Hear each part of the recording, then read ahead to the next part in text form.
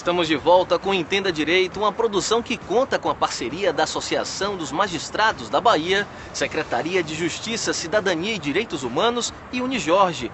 Hoje, diretamente do Dique do Tororó, cartão postal da capital do estado. O que você acha dos reajustes dos planos de saúde no Brasil?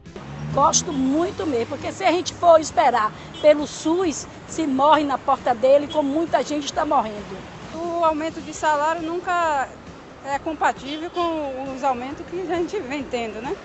É de imposto, é de tudo, e aí eu acho que realmente é injusto. É um pouco abusivo, porque a situação de salário, você sabe como é que é, o país está, não só o país como o mundo, está hoje se encontrando numa situação meia caótica e fica difícil para todos nós, principalmente a classe mais idosa. Acho que esses reajustes são tanto abusivos que a situação do brasileiro, tanto no desemprego quanto na condição social, econômica, política, não condiz com tais procedimentos. Parece que esses reajustes poderiam ser feitos de maneira personalizada. O cidadão, de acordo com sua classe social, de acordo com a sua renda, poderia participar de determinados planos. O professor Raimundo Andrade conversa com o especialista Aurisvaldo Brito, que fala sobre a importância da educação para o consumidor brasileiro.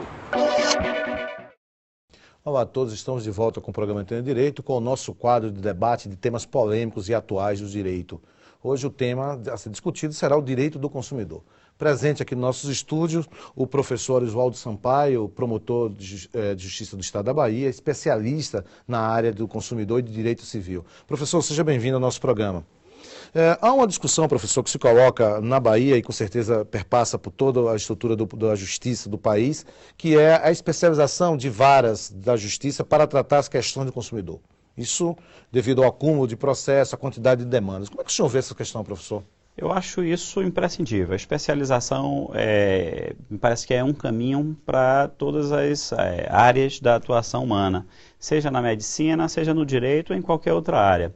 Eu acredito firmemente na especialização, eu penso que o judiciário deve se especializar. O Ministério Público, por exemplo, é especializado.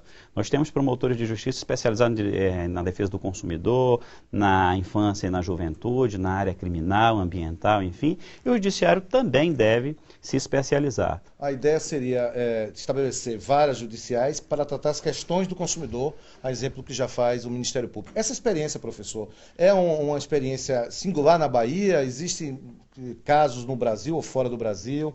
Como é que se dá essa divisão? Aqui na Bahia nós tivemos experiência de instalação dessas varas que funcionaram durante cerca de aproximadamente 10 anos. Recentemente elas foram desativadas pelo Tribunal de Justiça através de resolução, inclusive questão que foi discutida no Conselho Nacional de Justiça. Infelizmente o Conselho Nacional de Justiça manteve a resolução do tribunal que extinguiu a especialização, mas durante o tempo em que ocorreu, em que perdurou a especialização aqui no estado da Bahia, os resultados foram positivos em termos de qualidade da prestação jurisdicional. Não foram positivos em termos de celeridade por uma razão básica, por uma razão evidente. Era que o número de varas era insuficiente para atendimento da demanda. Como está estruturado, professor, o Ministério Público do Estado da Bahia? Como é que o cidadão pode, a quem se dirigir, a quem procurar para reclamar os seus direitos na área especificamente do consumidor? Especificamente aqui na capital, hoje nós temos 4 promotorias de defesa do consumidor. Então são 4 promotores de justiça que atuam exclusivamente na promoção da defesa coletiva do consumidor. Certo. E quais são os instrumentos? Por exemplo, o cidadão comum ouve muito falar, há um inquérito civil, há um inquérito policial, isso pode redundar, qual a diferença do inquérito civil para o inquérito policial, quais são os poderes investigativos que a autoridade, que o promotor, o Ministério Público tem para fazer valer esses direitos? O inquérito civil hoje é o mais importante instrumento de atuação do Ministério Público na área dos interesses transindividuais, né? Basicamente, o inquérito policial tem o objetivo de apurar a autoria e materialidade de fatos em tese criminosos, enquanto que o inquérito civil objetiva apurar um fato que, em tese, suscita a atuação do Ministério Público no âmbito da tutela coletiva. Então, o Ministério Público, especificamente na área de defesa do consumidor, instaura inquéritos civis sempre que o fato que chega ao seu conhecimento viola interesses coletivos do consumidor. Nós atuamos cotidianamente com a instrução desses inquéritos civis, é a atuação mais intensa das promotorias de defesa do consumidor, e nessa atuação o Ministério Público detém poderes instrutórios plenos, ou seja, os mesmos poderes instrutórios existentes no inquérito policial, ou seja, ouvir testemunhas, realizar perícias, inclusive notificar testemunhas para comparecer sob pena de cometimento de crime de desobediência e condução coercitiva. Enfim, nós temos poderes instrutórios bastante amplos, utilizamos esses poderes instrutórios e ao lado do inquérito civil, ou como um complemento, eu diria assim, da atuação administrativa do Ministério Público através do inquérito civil, nós temos o termo de ajustamento de conduta, né, o TAC, que é a forma como comumente findam, né, é a culminância normal, mais frequente dos nossos inquéritos civis. O TAC é uma forma de evitar o litígio, é uma forma de carrear ao Poder Judiciário um maior número de litígios, é uma forma de dar uma solução mais célere, menos onerosa e que, sobretudo, não implique numa maior demanda da atuação do Poder Judiciário.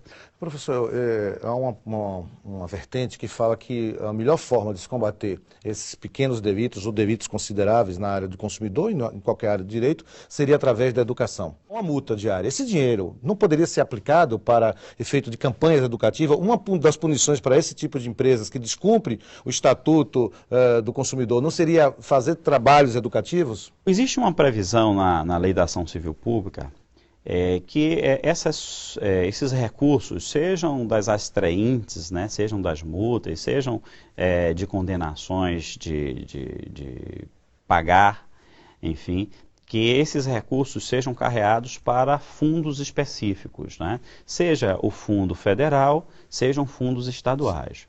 Aqui no estado da Bahia nós temos um Fundo Estadual de Defesa do Consumidor.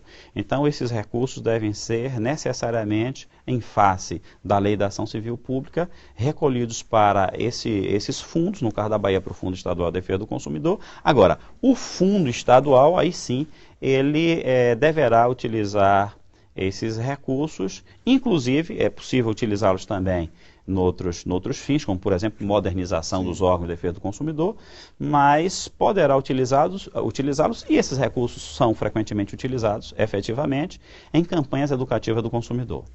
Muito obrigado, professor. Seus esclarecimentos aqui, com certeza, são de grande valia para o nosso público. Espero tê-lo aqui de volta, discutindo temas polêmicos relacionados ao direito do consumidor e qualquer área de direito. Muito obrigado, doutor Oswaldo Sampaio. Professor, é sempre um prazer estar aqui no seu programa. Mais uma vez, saio daqui com uma grande satisfação. Obrigado. Obrigado a todos e voltamos já com o programa Entenda Direito. No próximo bloco, você confere o Direitos da Gente, que aborda a importância da fiscalização para o consumidor brasileiro. Envie sua sugestão para o endereço eletrônico entendadireito@amab.com.br. Voltamos já. Planos de saúde. Poderão trocar de operadora sem cumprir novas carências os usuários de planos de saúde individuais ou familiares contratados a partir de janeiro de 1999, com 2 anos completos na data em que as regras começam a valer. Para quem apresentou doenças ou lesões pré-existentes, o prazo é de 3 anos.